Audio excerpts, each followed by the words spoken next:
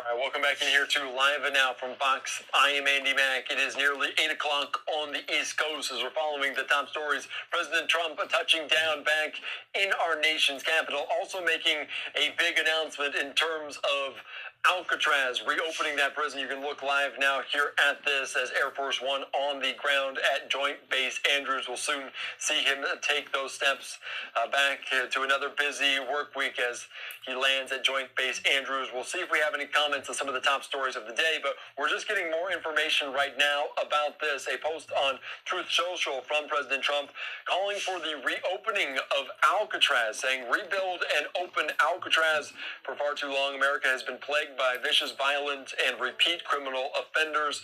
When we were a more serious nation in past times, we did not hesitate to lock up the most dangerous criminals and keep them far away from anyone they could harm. That's the way it's supposed to be. No longer will we tolerate the serial offenders who spread filth, bloodshed, and mayhem on our streets. That's why today I am directing the Bureau of Prisons, together with the Department of Justice, FBI, Homeland Security, to reopen a substantially enlarged and rebuilt Alcatraz to house America's most ruthless and violent criminals. So that's a big announcement coming on social media today. And of course, lots of people are familiar with that notorious prison, as in a message he said they hope to reopen that former prison on a California island. Of course, notably, the prison was closed back in 1963. Alcatraz Island is currently operated by the National Park Service as a tourist site. The order comes as President Trump has been clashing with the courts as he tries to send accused gang members to the notorious prison in El Salvador without due process. President Trump has also talked about wanting to send American citizens there and also to foreign prisons. And you can just see some of these images there. Not far from the Golden Gate Bridge, Alcatraz sits, and of course, notorious prison, but also notorious for a prison break that may or may not have been successful. A lot of conspiracy theories out there about this, but you can see some of these old footage sitting there in those cold waters just off the Bay Area in San Francisco, Oakland, and beyond. So we'll see what happens with this as President Trump calls for the reopening of Alcatraz there by the Federal Bureau of Prisons. So you can just see some of these waves there off the coast, obviously notable for the fact that it was nearly impossible to escape.